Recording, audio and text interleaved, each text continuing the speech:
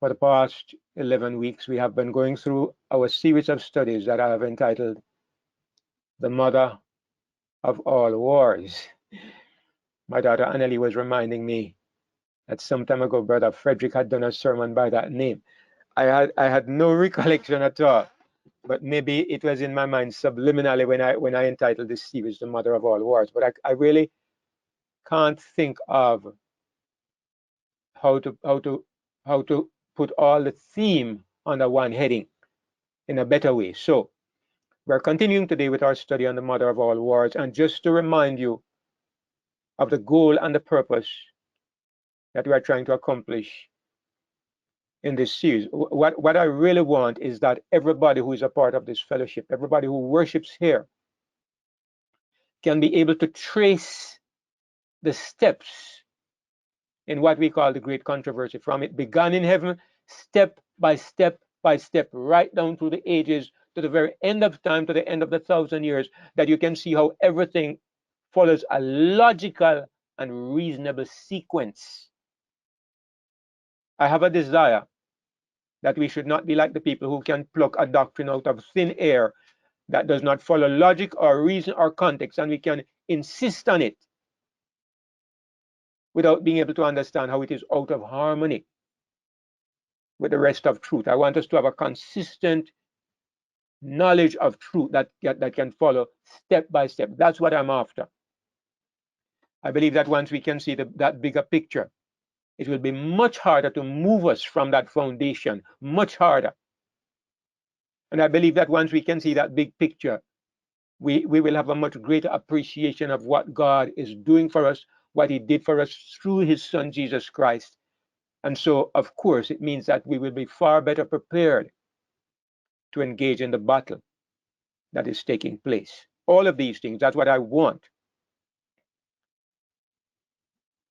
This burden is on my heart because I see multitudes of people who believe in the one God, multitudes of people who believe in the Sabbath, who keep the Sabbath, multitudes of people who study Revelation, and they don't understand the bigger picture. They have isolated little tidbits, and they're obsessed with these things. But if we don't understand the bigger picture, as I said, we are not going to be able to appreciate or to understand or to find our place in God's program. Today, I want to entitle my presentation, The Judgment of the Kingdoms. The Judgment of the Kingdoms. But before I do, of course, I want to do a brief revision of what we have gone through so far. I want to do this every week so we can connect everything together. You know, many years ago, probably about 50 years ago, maybe a little more than 50 years ago, a long time ago, I voted. I voted for a political party, the first and the only time in my life. I was young then. I was 19, 20.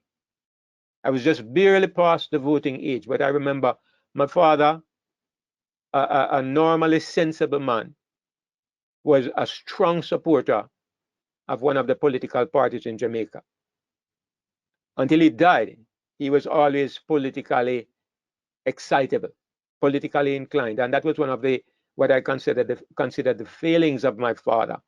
And I have a couple of brothers, family members, who are also rabidly attached. They're not really political figures, but they favor one party above another in a way that I consider almost fanatical. I remember us in my father's car driving through communities in the night, going to political meetings and rallies. And in those days, it was, of course, there are two parties in Jamaica, two main parties, the PNP and the JLP. My father was an aficionado of the JLP, the PNP. He would turn in his grave if he knew I said JLP. He was a rabidly loyal PNP supporter. And in those days, you know, the JLP were the party in power. Their symbol was the bell and their color was green. The PNP party their color was orange and their symbol was the fist. I think I'm right about that. But at that time, they had a charismatic leader by the name of Michael Manley. He became a world-renowned figure. But we drove through communities with brooms sticking out of the car window because we were planning to sweep out the JLP. And I remember sitting, you could sit anywhere. You could sit on the car bonnet, on the trunk. You could stick out your body out the window because when it comes to election time, the police turn a blind eye. It's anything goes. I remember driving through communities with our fists sticking out the window saying, power, power, and sweep them out. And, they even had popular songs made to support the parties. That's the only time I ever voted in my life. Because by the time the next election came around, I was converted. I had found Christ and I gave my life to him. And I rapidly learned the folly and nonsense that is involved in supporting political parties. I learned that it was simply a matter of the devil or the deep blue sea. It was a matter of supporting one losing system against another losing system. And I was too focused on better things to be involved in that anymore. But I say this as a preface to what I want to say today, because I believe that even though I am so turned off by political parties, and I'll explain why. As I continue today, I'll explain why more fully. But I realize that we are involved in the greatest, I say it respectfully, we are involved in the greatest political campaign, the greatest political campaign that the universe has ever seen. And I'm in it up to my head. Yes, somebody correcting me. The symbol of the PNP is the head, not the fist. We use the fist so much I got a little confused. That's right. It was the head for the PNP and the bell for the JLP. But you can tell I'm out of touch. But we are involved in the greatest political campaign of all. And we're no longer pushing brooms through the window and showing fists or the sign of V. But we are very much involved, and every one of us who is a conscious member of the kingdom of Christ is involved in this great campaign to defend our government, our party. It's very real, and it's very, in a sense, it is similar to some of the things that we are involved in politics down here in this world. The problem is that worldly politics is very often focused on the charisma of the leader or the loyalty of my parents. Jamaica is very tribal in this respect, very tribal. There are some countries where people really sit down and look at the policies and so on. But in Jamaica, it's kind of like religion. My father was a PNP, my grandfather was PNP, I will die PNP, and it doesn't matter.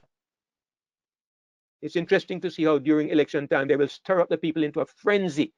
They'll sing all kinds of silly little jingles and develop all kinds of slogans and insult one another, and they get the people, the simple people, in a fever pitch of excitement about the election, not because of the policies that they present, but because of the way they stir up the emotions of people.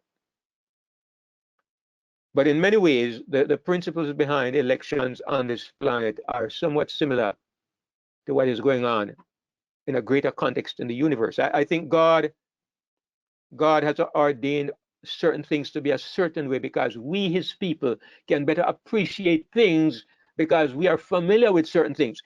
Heavenly things are not like earthly things, but in some ways, there's a similarity, because if there's not a similarity, we will never be able to understand. That's the point I'm making. I'm not bringing heaven down to the level of earth, but I'm saying in many ways, many of our systems have been designed in ways that are similar. God allowed it to be so, because that is the way we come to understand the greater issues that are taking place in this universe. So like I said, I want to begin by doing a little brief revision of what we have been looking at. So first of all, we saw that it began with a conflict in heaven. And we said that during this conflict, God's character and God's government were attacked. And I want to emphasize that because I want to make the point that it's two things that were attacked. Okay, it's not one, it's two things. It was God's character This is what we have been emphasizing on God's government. Let's not forget this. Two things that's important to our understanding. A third thing happened, which is that the human race was hijacked and joined the side of the enemy. Now, I have said, and I stand to be corrected, if you can see something else, you can correct me, but I have said that these are the three great issues that are involved in what is happening in the universe. Three things. I can't see any other major issue that is involved. We also went on to see that God's Son was chosen to defend these two things: his character and his kingdom. Well, I said his government, but it's the same thing, his kingdom or his government. And thirdly, to save humanity. So there are three things, and one person was chosen to fulfill these three tasks. That was God's Son. And we did emphasize that it was God's only begotten Son, and we saw why it had to be his only begotten Son. We saw that Jesus took care of the first and the third job. He revealed God's character, number one.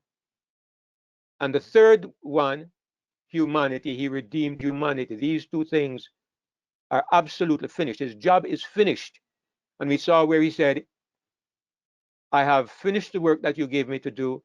And he says, it is finished, both regarding these two jobs. But we went on to see that there is still one remaining job.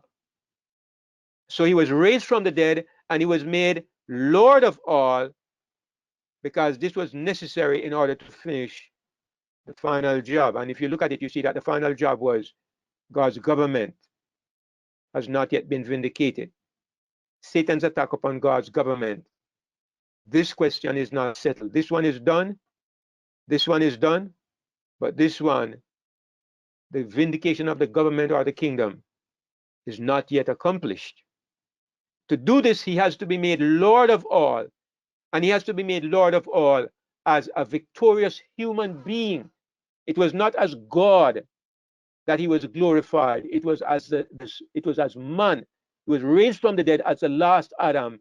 And it was in this identity that he was made Lord of the universe. And it is in this identity that he's going to do his final job of vindicating God's government, which is what I have here. His final job, vindicate God's government. Job number two, not yet accomplished. To vindicate this government, we saw last week that he needs a kingdom. You can't vindicate or you can't reveal God's government unless you have a kingdom. You need a kingdom to do this job.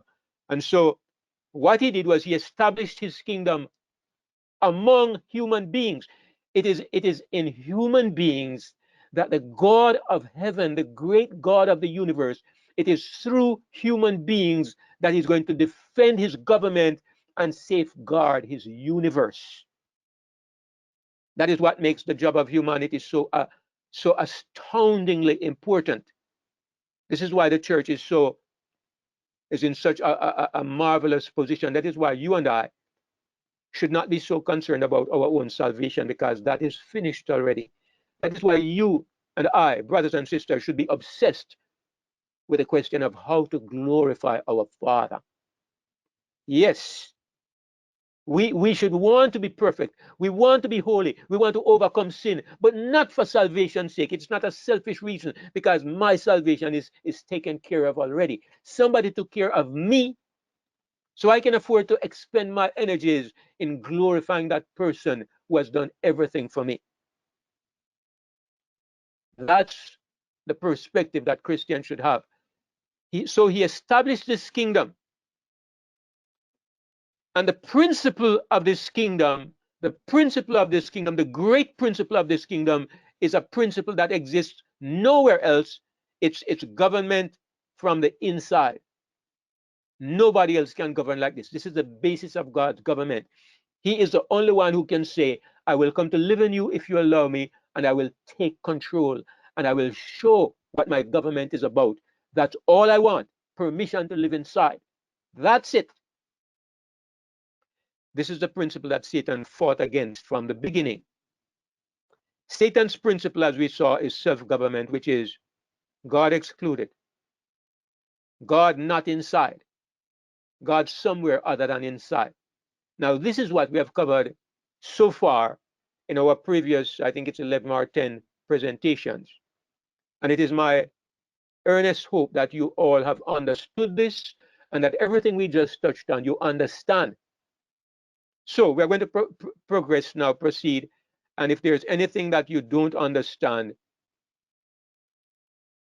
even though I don't want to be interrupted too much, but you can go ahead and interrupt me if you don't understand something I have on the screen. The most important thing is that you understand. If you're not understanding, I want to know, because I'm not just here to preach and to beat my gums. I want to know that I am helping you to understand. All right? So the issue, the real issue is this. And I want to look at the issue because, people say, what we are presenting is ridiculous. They say there's no need to judge God's kingdom. The very idea, some people say it is ridiculous. Somebody told me that there's nowhere in the Bible that teaches something like this. There are people who think that the only issue is the salvation of men, and they are obsessed with salvation, and their arguments about are we justified by faith, justified by the law, ad infinitum. Somebody would say ad nauseum. They keep on repeating the same things over and over, focusing on and obsessed with how are they to be saved. We say your salvation is not an issue. It was done already. You only need to believe it. That's what we say. We say it is by grace through faith. Your works cannot contribute anything to that. That is a done deal. But we still have a job to do. Christ's work is not finished. And the question is, are we with him in his job, or are we still obsessed with something that happened 2,000 years ago? The issue in question, which system of government, this is how I understand it, which system of government produces a better society? I admit that you don't find this transparently stated in a particular text in the Bible, but you see verses that when you put them together, you understand. When the Bible says that Satan said, I will be like the Most High. I will be like the Most High. I will exalt my stars above my throne above the stars of God. You see his desire to be like God Almighty. And we looked at this and we saw he could not desire to be like God in power. He could not desire to be like God in God's abilities. That's an intention that even Satan is not stupid enough to aspire to. The only way he could be like God is if he could obtain the loyalty of the universe, could bring them over to his side. If he could work by deception and lies and innuendos and deceit and get created beings to adopt his form of government, that's how he could be like God. And so we come to the conclusion that Satan proposes a better society, a better government than God. And so because of this, there is to be a judgment to determine which system produces a better society, a better people. Which system? God's system or Satan's system? Is it the system of self-government which Satan promotes? Is this a better system of government? And of course, as we saw, if you have a system of self-government, what is necessary is that the only way you can have control in the system is that it has to be monitored by the law. Why? Because when everybody is looking after himself, looking out for himself, the result is going to be anarchy. I'll tell you something. I was born into a family. I grew up in a family with 10 children. Well, by the time the last 5 came, I was pretty much, or by the time the last 3 came, yeah, the last 3. The first 7 were in rapid succession. Then there was a little break. But by the time the last 3 came, I was a little older. But I grew up in a family with 5 boys were born, 1 every year to my mother and father, the first 7 years of their marriage. The longest gap between us was like maybe a year and a half. So Arlie, Tony, David, Don, Charles, all born between 1950 and 1955. Yeah, that was it. Charles was born like 55 and Arlie born 1950. So it was rapid. And look here, we were so close together. We were always fighting. We were always we loved each other, but we were boys and we fought, man. We fought all the time. Sometimes three of us fighting together, and we were always rivaling one another. And Daddy and Mama had their hands full. Mama's way was she believed that the simplest way was to do like the old woman who lived in the shoe, beat them all soundly and send them off to bed.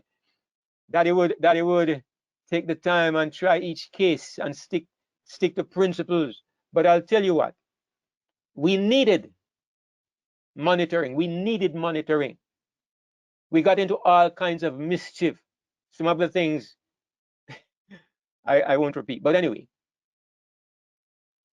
the reason is because every one of us was after himself. Because we were born that way. That's the nature. You think of yourself. I mean, I'm tempted to give some of the stories, but I'll let them pass. But in the system where self is governing, you have to be monitored. You have to have a rule. You have to be watched. Satan's system of government, self-government, necessitates external law to watch you. It necessitates a policeman. It necessitates outside government because self only looks after its own interest. That's the principle of Satan's system of government. It is self-centered rulership. And in that system, when you have a society, if you alone live, that's fine. But when you live in a society, you have to have the rule of law because the principle of Satan's government is every man for himself. That's Satan's principle.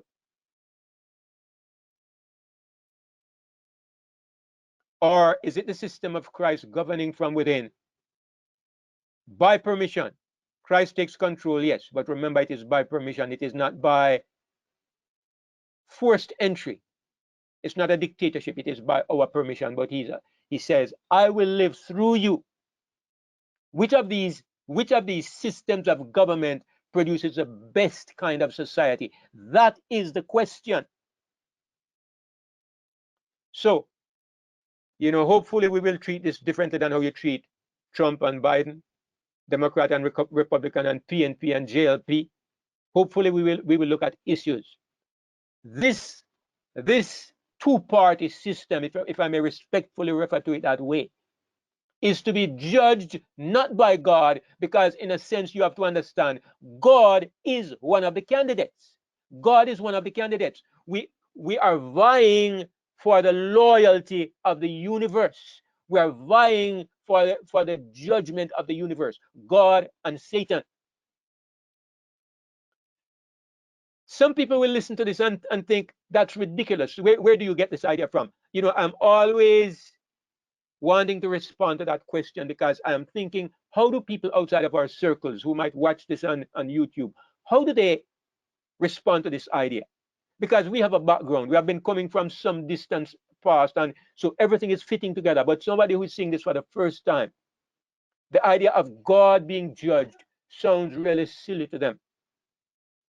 But you have to understand, you ask yourself the question, why are we still here? Why is Satan still alive? Why has God permitted evil to continue? It is because there are issues that are not settled. And you can't say they are not settled in God's mind. God knows everything. If God were the only person to be considered, there is no need of a judgment. There's no need of letting things continue. You should have ended the sin problem 2,000 years ago. Satan should have been destroyed. We should all have been in paradise 2,000 years ago. Why are we still here? So it is clear, brothers and sisters, what is going on in the universe is not based on force of might. There are other issues. God and God's kingdom are being judged. That's what we have been trying to say, but I have to reinforce it. Now, another important point I want to make, I put something on the board that I know on the screen. I know it's going to be provocative. I guess I deliberately put something provoking because I want us to get the idea. This is maybe the belief of 99% of Sabbath keepers, well, Seventh-day Adventists, and a lot of Seventh-day Church of God people. I don't think the Jews care at all, nor have anything to do with this. But what Adventists say is that the issue is the version of the law. What is important is the version of the law. They say that the great contest in the universe concerns the law. So your version of the law is different than my version of the law, or what I would refer to as the Bible version of the law. You give me a different version of the law, and they say this is the great issue before the universe. I disagree. I respectfully, well, even disrespectfully, I disagree. It's not about the whole universe does not hang on the question of what version of the law are you favoring. This is what people believe, that the entire destiny of the universe depends upon what version of the law are you using. That's what they say. What we have been understanding, it is not which version of the law, it is who governs you. That is why some people will have the wrong version of the law and they will still be saved. Nobody here can deny that. Nobody in the world denies that. Some people will have the wrong version of the law and they will still be saved. But nobody can be saved if you have the wrong governor. If self is your God, you will die, and you will die forever. And if Christ is your governor, even if you get some details of the law wrong, you will live forever. It's the question of who governs and rules your life. You can say, who do you worship? Who's your Lord? Yes, but I want to put it in the context of the two kingdoms, and that's why I say it is which governor? Who obtains your vote? Me or Christ? And I'm very, very careful, brothers and sisters, that we should understand it is not Satan. It is not Satan. It's not Satan versus Christ. No, that's not the question. It's self versus Christ. It's self versus Christ. Because a lot of people might take comfort in the fact that I don't worship Satan. I hate Satan. I despise Satan. But you know who people don't despise and hate and run away from? Self. The enemy of Christ is self. More than Satan is an enemy of Christ. Self is the real danger. Because we all abhor and repudiate Satan and the blatant forms of Satanism. But who we embrace even when we are in our most wretched, miserable condition is self. It's because self demands to be seen and to be heard and to be dominant, while we very often refuse to let Christ have his place on the throne. So it's which governor is the issue.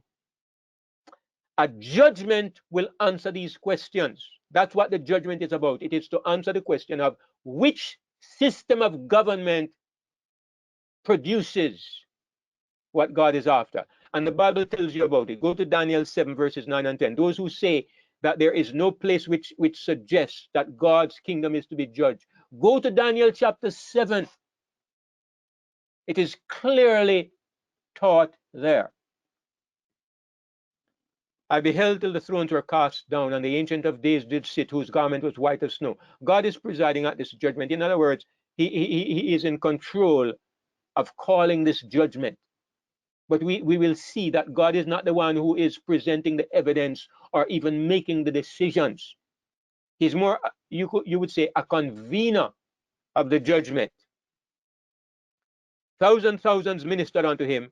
10,000 times 10,000 stood before him. These are angels. If you go to Revelation, you see that these are angels. These are not the people who are there to be judged, because this judgment actually takes place before Jesus returns to the earth, as we have seen. Those who have been studying in our Revelation classes, you know this very well. All right. The judgment was set and the books were opened. There is a judgment that is based on books.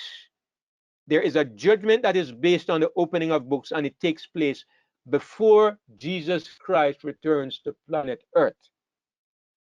So in this, Seventh-day Adventists are right to some extent. There is a pre-Advent judgment.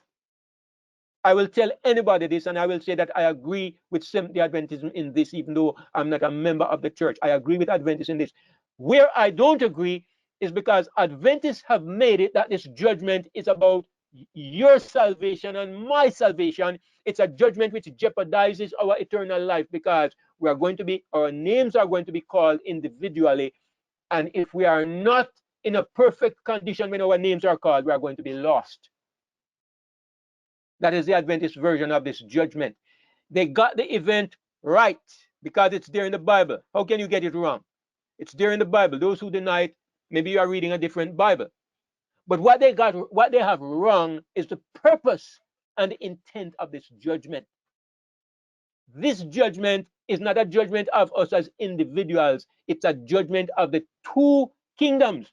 Both kingdoms are to be judged. The kingdom of Satan, with its principle of self-government controlled by law, and the government of Christ, consisting of Christ living within by our permission. These two systems are face to face on this planet today. And the judgment is to determine which of these systems is to produce the best kind of society. Now, let me just point out something else. Let me say something else. You know that if we believe the Bible, Satan and his angels were once heavenly angels. They were once a part of that great company of angels who worship God and stand around the throne in heaven. Satan and his angels fell away from that place. But you know, there's a principle we have in law that people are to be judged by their peers. That is why for many of these cases you have a jury.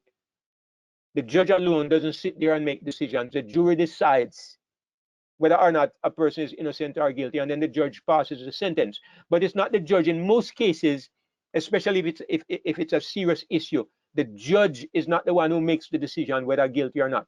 They say for a judgment to be fair, a person is to be judged by his peers. So they get a jury together. That's why when you have a black person being tried, especially a few years ago, it was considered to be a kind of kangaroo court, an unfair situation if you had an all-white jury. And I've really tried to balance it out by putting black people and white people so that you can have a fair, a balanced kind of jury. People, it's a principle of justice that they have outlined, and it is true that to be fair, you need to be judged by somebody who has stood in your shoes, somebody on your own level, somebody who understands and can feel and can empathize with your situation.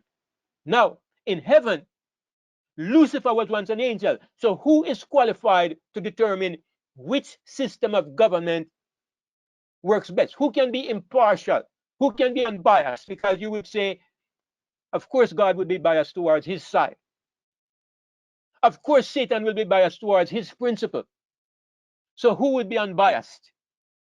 And I would say the most obvious beings that you could say would be unbiased were the people who were once Satan's good friends. They were in heaven. They have seen Satan's government play out. They have seen God's government play out in human beings. People who were descended into the lowest depths of existence. Human beings who went down to become the dregs of the universe. They have seen the government of Christ at work in these people. So angels are able to sit there and be balanced in determining which of these systems produces the best kind of people. So I'm just making the point, I'm just emphasizing the point that if you think about it carefully, you can understand that the pre-Advent judgment makes perfect sense. everything fits together in a logical, cohesive way when you begin to understand the purpose of the judgment. It's when you think that the judgment jeopardizes the salvation of us Christians that it becomes nonsensical. I hope you all can understand what I'm trying to say. Let's go on. I know that we have been through the thoughts I'm going to share. We have been through this in our Bible study class, in our prophecy study, more than one time. So I'm not going to spend a lot of time on this part of our study. If you understand what I've just said pertaining to why there needs to be a judgment, then we have gone through the most of what I want to say today, if you can understand this. And I'm going to make sure that we have a little time to ask questions and have a little discussion at the end of this presentation. So, but let's look at why do we believe, why do I say that there is a pre-Advent judgment focused on the two kingdoms? And I said it, you can find it in Daniel 7. Now, first of all, we will look at why it is necessary to have the judgment. I just looked at this. I'm going to reinforce the ideas a little bit. Why is it necessary to have a judgment? One, because God's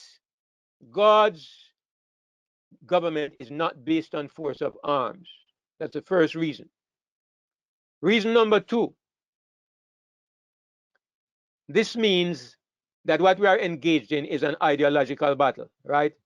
It's a battle of ideas, concepts, and a battle of principles. It's not based on force of arms.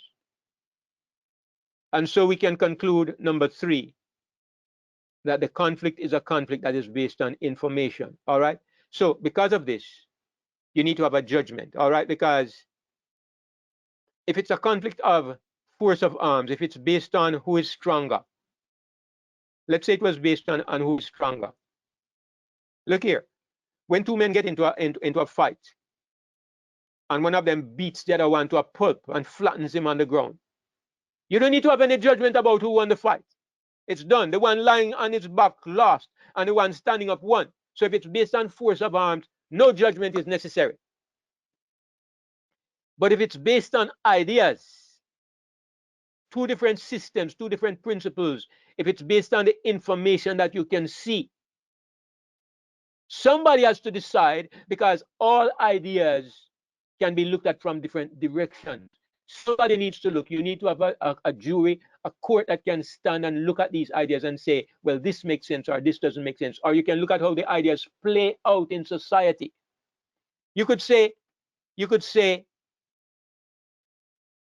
I'm going to watch Tony's family, and I'm going to watch Don's family. Tony has a system where he believes in allowing his children to make their own choices, and he doesn't believe in disciplining him. He believes that everybody needs to be able to make his own choices as early as possible. Don believes in discipline and in maintaining control. I'm going to look at both families, and I'm going to see which one of them produces the best children, which ones grow up balanced and decent and orderly and making good citizens. And when I've seen this, then I will start my own family, and I'm going to follow the principles of the one that works.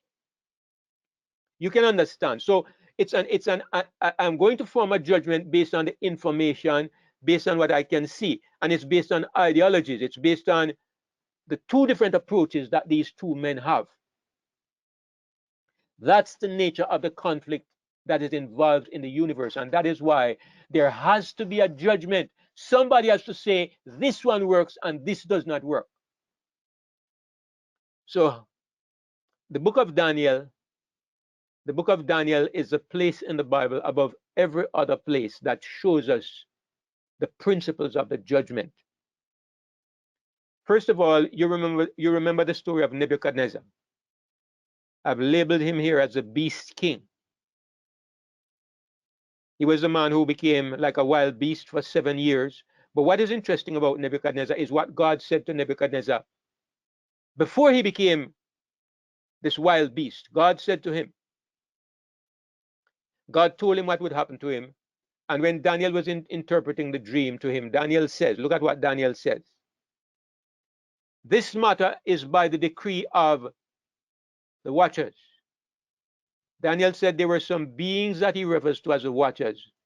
And he says they have made this decree.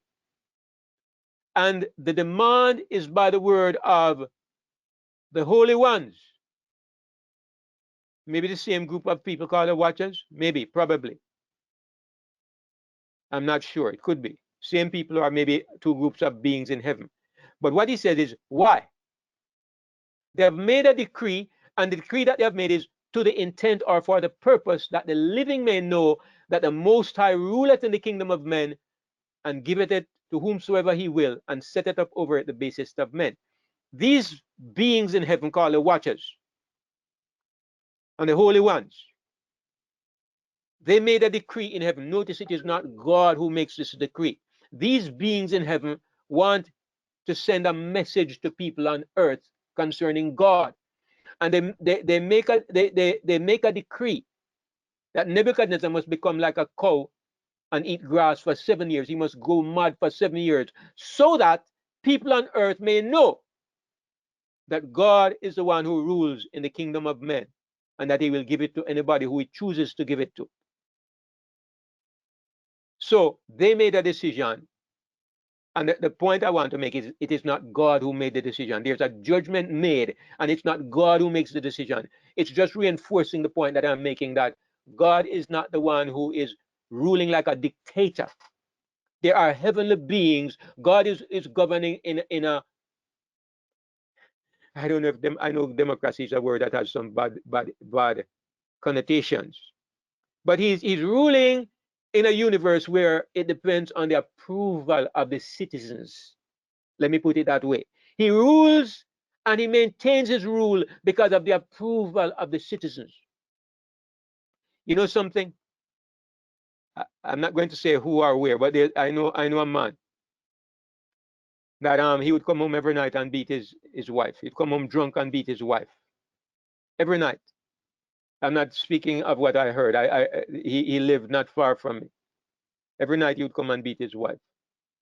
And his children were small, but I would hear him come in at night. He would be drunk, and then I would hear bang, and I'd hear oh, and I'd hear her screaming. Happened over and over. But he didn't realize his children were growing up. And one night, I heard the bang and I heard the scream, and all of a sudden everything changed. I heard his son say, I heard the daughter say, Daddy, what are you doing? What are you doing? What are you doing? And the son came out. I didn't see them, but I believe he had some kind of weapon, and he said, if you're bad, touch her again. If you're bad, touch her again. And then the girl said, one of the girls said, Daddy, you think we love you? We don't love you. We don't love you. We hate you.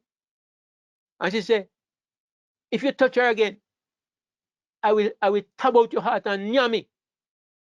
She said, I will stab out your heart and eat it. I was listening in my home, transfixed. There was silence. You know what happened? The next morning, he packed his bags and left, and he never came back. He never came back. Now, this was, maybe it's a poor illustration, because it's kind of a little bit like it's suggesting that he was expelled by force, and maybe in a sense he was. But he didn't have to be that way. He could have remained where he was, but all he had to do was to stop beating his wife. But the point was, he came to realize that his entire family was against him. They didn't love him. They didn't want him. And so he packed up his bags and left.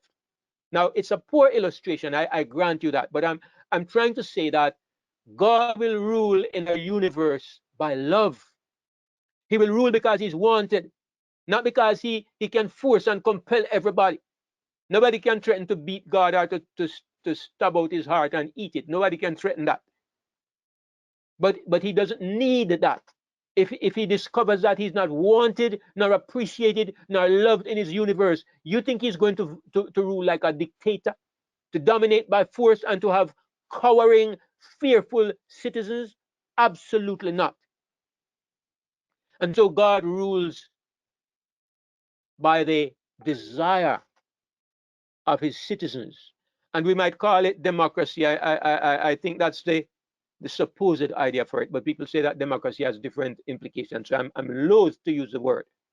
But anyway, I'm really emphasizing the point that God does not rule by arbitrary demands and commands. He rules and governs because his citizens are pleased to have it that way. They choose him, they have voted for him, they want him. And so any decision that he's making, he makes sure that they are involved, that they can see and understand and know that it is best, because he wants to continue to be understood and to be loved, because that's the basis of his government.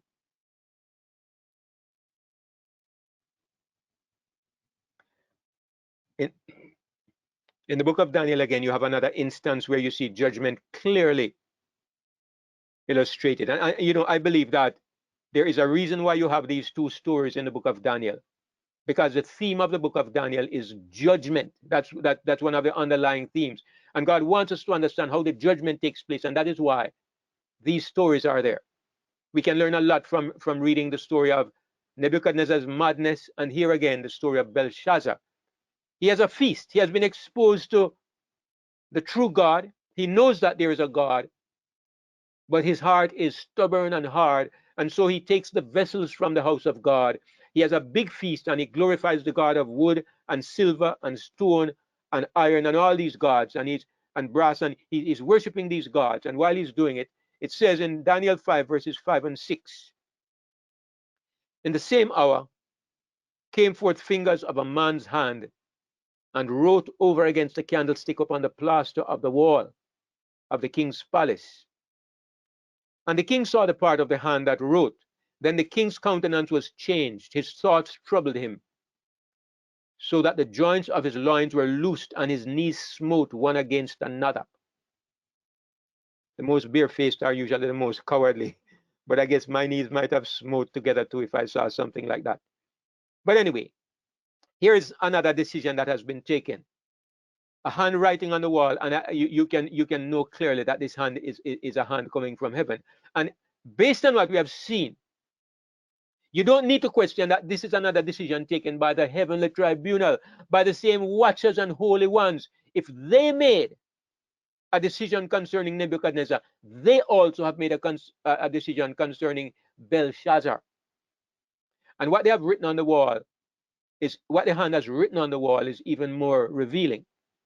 It says, Daniel interprets for him. Eventually, Daniel comes, Daniel interprets. He says, this is the interpretation of the thing.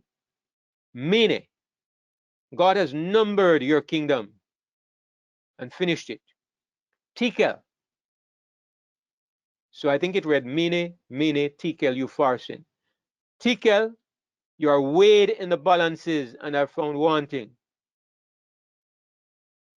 Perez, your kingdom is divided and given to the Medes and Persians. So what was literally written was numbered, weighed, divided. But it was written in a language that nobody could read but Daniel. Mene, tekel, upharsin. Numbered, weighed, divided. Look at those three words. Numbered, weighed, divided. All of these words speak of judgment. You can look at weighed. Let me talk about weighed first of all. Look at the scales on the right hand. What is the purpose of scales? These have become the symbols of justice. In courts of law, the scales of justice, and sometimes it's symbolized by a woman, a blind woman holding up the scales. But you get the idea from scales of putting things, of weighing things, of measuring things. Weights are a way of measuring, of assessing, of analyzing. You go to the shop in Jamaica here, they have pretty much phased it out now, but you'll still see in the market where people have scales. You buy a piece of meat, you buy some flour, you buy something, a piece of yam, they put it on the scales. And the scales are a way of assessing, of measuring, of analyzing what you are buying. So when the scales are When what is in the scale measures up to what you expect, then you can buy it. It's a way of assessing. God is saying to the Babylonians, to Belshazzar, I have measured your kingdom, I have analyzed your kingdom, I have assessed your kingdom. At least it is heaven that is saying this. Not even God personally, but heaven has made this decision. And the consequence is the judgment has come that your kingdom is to be divided and given to the Medes and Persians. Your kingdom is to be taken from you, divided, split up, broken up, and given to the Medes and the Persians. But before this happens, Babylon is weighed. Belshazzar's kingdom is weighed. It's analyzed and assessed. And it also says numbered. Now, it was not until I was studying this that I got a better understanding of what numbers mean in these prophecies. God says, I've numbered your kingdom. Really, it's very simple. But initially, because we are looking for maybe something deep and profound, we don't see. But it's just simple and superficial. When you assign a number to anything, when you number anything, you are giving it a value. When you are in the classroom and the teacher gives you 80 out of 100, he has assessed and evaluated your work. The number signifies a value that is placed upon your work. When you get a value of 20 out of 100, you are depressed, you are gloomy, because it says that your worth is not worth much. Your work is not worth much. You have failed. A number is a symbol of a judgment that is made concerning you. And that's exactly when you look at the dictionary, the Oxford English Dictionary says, when it says that you have someone's number. I've got your number. I have someone's number. It means to make an accurate assessment of a person's true character. Absolutely, you can be sure that's what God meant when he says, I have numbered your kingdom. I have made an accurate assessment of your true character. They judged Babylon. They analyzed Babylon, and Babylon fell short of the mark. They weighed Babylon, and it fell short of the mark, and it was sentenced that night that the kingdom would be given to the Medes and the Persians. Same thing it says in the dictionary of phrase and fable. It means to have someone's number, to understand them closely, to have an insight into their thoughts, their actions, and their character. So, the other important thing I want to get at, and I'm going to stop before too long, I realize that I've just about come to the end of my time. But when you look at the book of Daniel, in Daniel chapter 7, Daniel has a vision of 4 great beasts coming up out of the sea.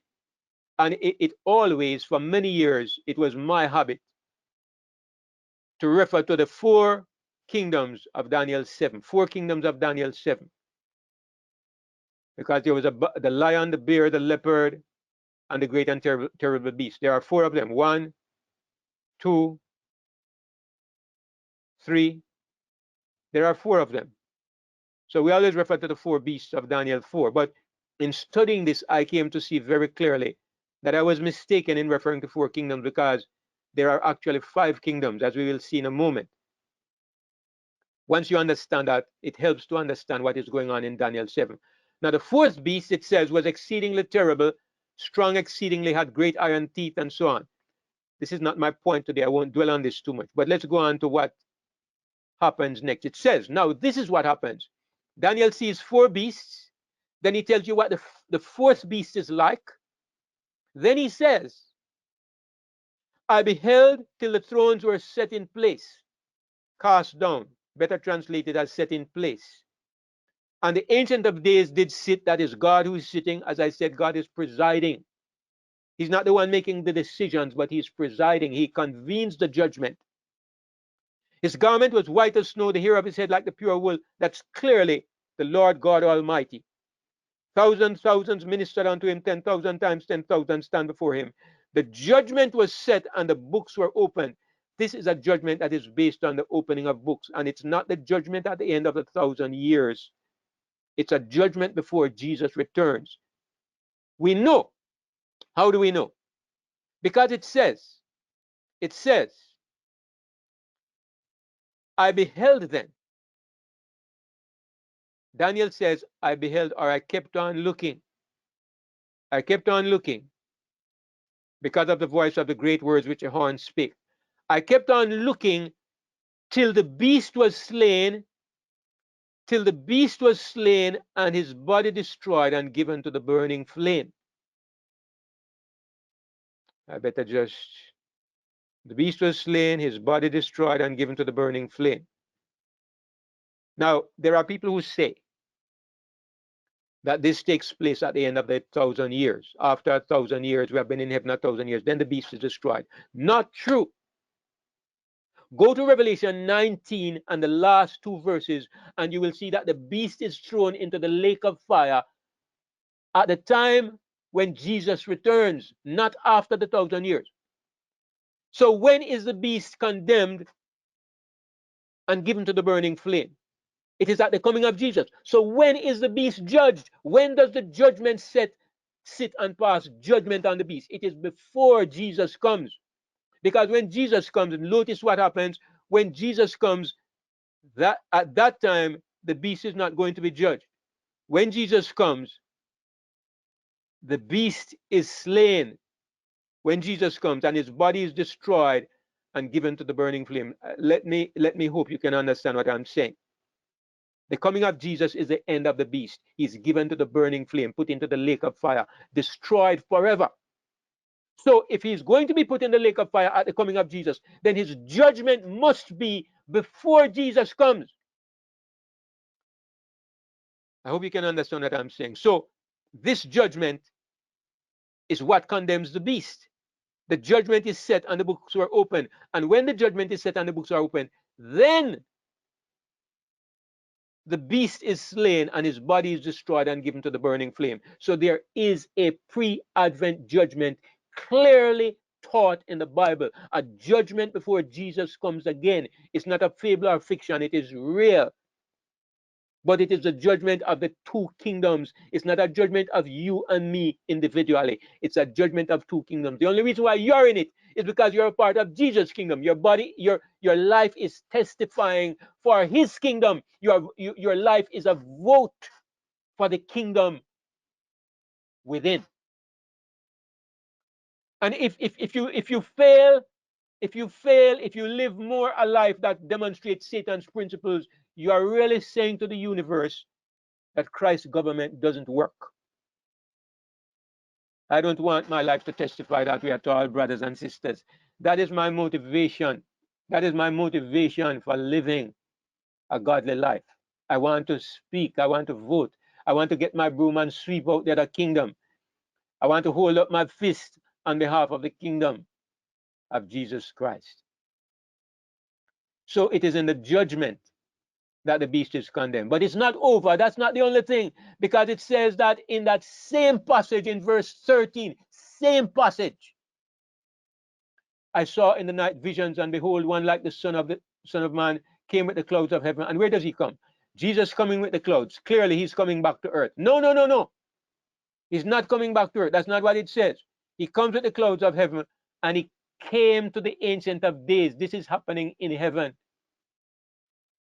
It's happening in heaven. It's not on earth. Jesus is coming. In heaven, they bring Jesus into the presence of his Father. Why do they bring Jesus before his Father? Something is about to happen in heaven. What is it? It says, and there was given him dominion and glory and a kingdom, that all people, nations, and languages should serve him. His dominion is an everlasting dominion which shall not pass away, and his kingdom that which shall not be destroyed. When does he receive this kingdom? He receives this kingdom just before he returns. So there are two things that are decided in the judgment, brothers and sisters. Two kingdoms are judged. One of them is given to the burning flame, and the other one, a decision is made that it is to last forever and ever. The universe votes, the watchers and the holy ones vote, and they vote for the kingdom of Christ. That is the end of this great battle, or almost the end. If you think I'm making this up, you show me where. This is not what we see in the book of Daniel. The problem is that most of the time when people read the book of Daniel, they see only 4 kingdoms and it ends with the beast. But no, Read the rest of the chapter and you see that it's 5 kingdoms, and it's about a decision to be made concerning these 2 kingdoms, a judgment to be made. This is the battle. It's the last part of the work of Jesus Christ to prove that God's system, God's government really works. God's government really works. That's the final part of Jesus' job. Of course, we have been studying Revelation, so you're familiar, and we go much deeper into this. But even this superficial examination, you can see it clearly. There are not 4 kingdoms, there are 5 kingdoms. And it's all about the judgment concerning the 5th kingdom. That's what the work of Christ is about. In Ephesians 3 verses 9 and 11, we are told, and in other places, but this is one of the great passages. It says, look here, Paul says he wants all men to see what is the fellowship of the mystery. He refers to it as a mystery, a secret thing, which from the beginning of the world has been hid in God, who created all things by Jesus Christ. To the intent, or for the purpose, there's a purpose behind this mystery. What is the purpose? And remember, the mystery is what? It's Christ in you. That's the mystery. According to Colossians 1 verses 26 and 27, the mystery is Christ in you, the hope of glory. So Paul says the purpose of this is that now unto the principalities and powers in heavenly places, angels, seraphims and cherubims, and maybe even people from other worlds, might be known by the church or through the church. What?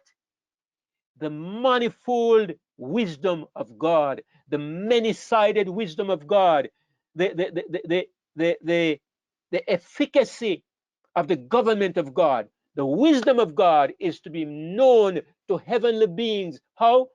By the church. Wow, wow, and wow, and wow. My God, if only we could not only hear, but understand to the fullest degree, and to believe and embrace to the fullest degree what we see in this verse. What an amazing purpose before you and me, brothers and sisters. What an amazing plan by our God. What a Amen. privilege. Hallelujah. What a privilege for us, children of dirt and clay, that God has such a plan for us. That is what is going on, brothers and sisters.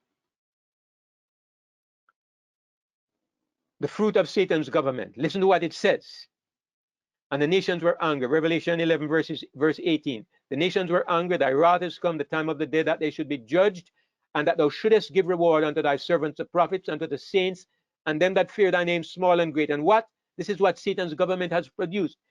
Destroy them that destroy the earth. Satan's government, man following his own guidance, monitored by law. God says the fruit of that system is that they have destroyed the earth. And if you are worried about what the thing they use to make hurricanes and to cause earthquakes and the poisoning the atmosphere, and some people say they are using chemtrails to poison people, and vaccines and all the rest of it, and all the things that and germ warfare and the rest of it, and chemical warfare. If you think that is something, I would say you ain't seeing nothing yet. God is watching. The testimony of the Bible is that the fruit of Satan's government is that they destroy the planet. Don't be surprised by what is happening. Satan thought he knew better than his God. Satan thought he could provide a better kingdom. God gave him his chance to give it his best shot for 6,000 years, more so in the last 2,000 years, his best shot. And maybe that atomic cloud on the right hand illustrates what that principle of self-government, the best that it can produce, utter destruction. What you see going on in the Ukraine, what you see going on in Israel, what you see going on in the medical profession, what you see going on in politics. It is simply the fruit of self-oriented life. And they make laws. The laws are supposed to control the carnal nature, but they control it only within certain limits, because the carnal self finds a way to get around the laws and misuse the laws and abuse the laws and make laws to suit itself. And so there's no answer, there's no solution, there's nothing but the cold, bitter reality that man is on a pathway to destroy himself. This is the fruitage of Satan's government. The fruitage of God's government. This is what he did. This is his government. And he gave some apostles, some evangelists, some pastors, some teachers for the perfecting of the saints. That's what he's after. As I've often said, not to save us, but to glorify his kingdom, for the work of the ministry, for the edifying of the body of Christ, till we all come in the unity of the faith unto a perfect man. We have seen that this perfect man is Jesus Christ. His body grows up unto the measure of the stature of the fullness of Christ. And one last verse, and then we're going to stop. Daniel mentioned this verse this morning. I will mention it again. This is the ultimate fruit of the government of Christ. I looked, and lo, a lamb stood on the Mount Zion, and with him 144,000, having his father's name. That's the first inkling of the perfection that is theirs. They have the father's name, which means God's character written in their foreheads. These were redeemed from among men. From Satan's kingdom, a gem of great beauty has emerged. Not from Satan's kingdom, from the midst of the darkness, I would say. Being the first fruits unto God, they are the gemstone in God's crown. They are the premier part of his harvest. In their mouth was found no guile, no deception, no deceitfulness, for they are without fault before the throne of God. It's one thing to say you are perfect. Sometimes that word is so general and so imprecise that you can interpret that in many ways. But when you say without fault, that's different, because it means you have been looking. It means you have examined, and you have been trying to find a way to say something was wrong. You can't find fault. That's the way God describes these people. And I hasten to add that they are not without fault, because they have been struggling with themselves, and they have battered so long that they finally got to the pinnacle. No, they are without fault because they have learned to abide in Christ. They have learned to hang on to Christ in such a way that they fear to let him go for even a second. And that is the essence of perfection. That is the pinnacle. Yes. Without fault. Yes, Brother David. Yes. Yes. Hang on to Christ. Yes. Yes, Brother David. Amen. There's no other way, Sister Anita. There's no other way. Would God that we might learn it, because those who learn it and learn it thoroughly, they will be the ones that I think the Lord will select to represent him in that last great conflict. Brothers and sisters, we talk about these things, but what an amazing thing to really experience, to believe it and to experience it, to live by it, you know? So I want to leave that with you for today, and I appreciate you all being attentive and taking part as you did.